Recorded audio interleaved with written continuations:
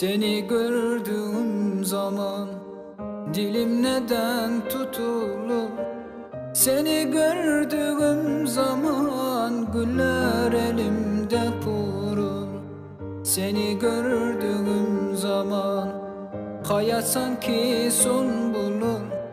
Gözlerine bakınca dünyalar benim olur. Susma gönlüm, sen söyle. Haydi gönlüm, sen söyle. Aşkımı sevgiliye, derdimi sevgiliye. Haydi söyle, onu nasıl sevdiğimi. Haydi söyle, rüyalarda gördüğümü.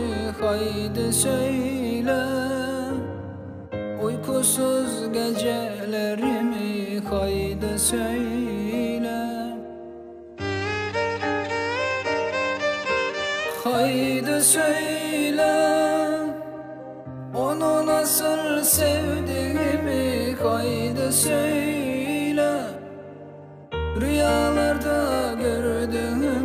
Haydi söyle, uykusuz gecelerimi. Haydi söyle.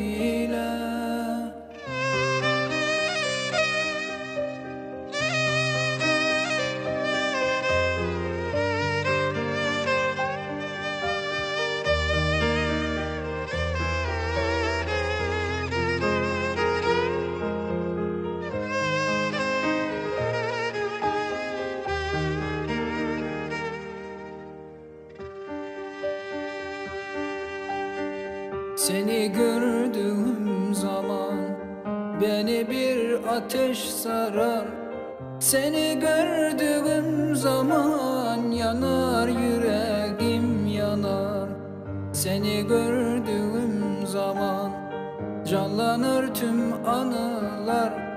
Seni gördüğüm zaman durar bütün zamanlar.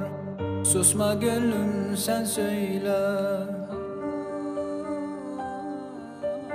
Haydi gönlüm, sen söyle. Aşkımı sevgiliye, derdimi sevgiliye.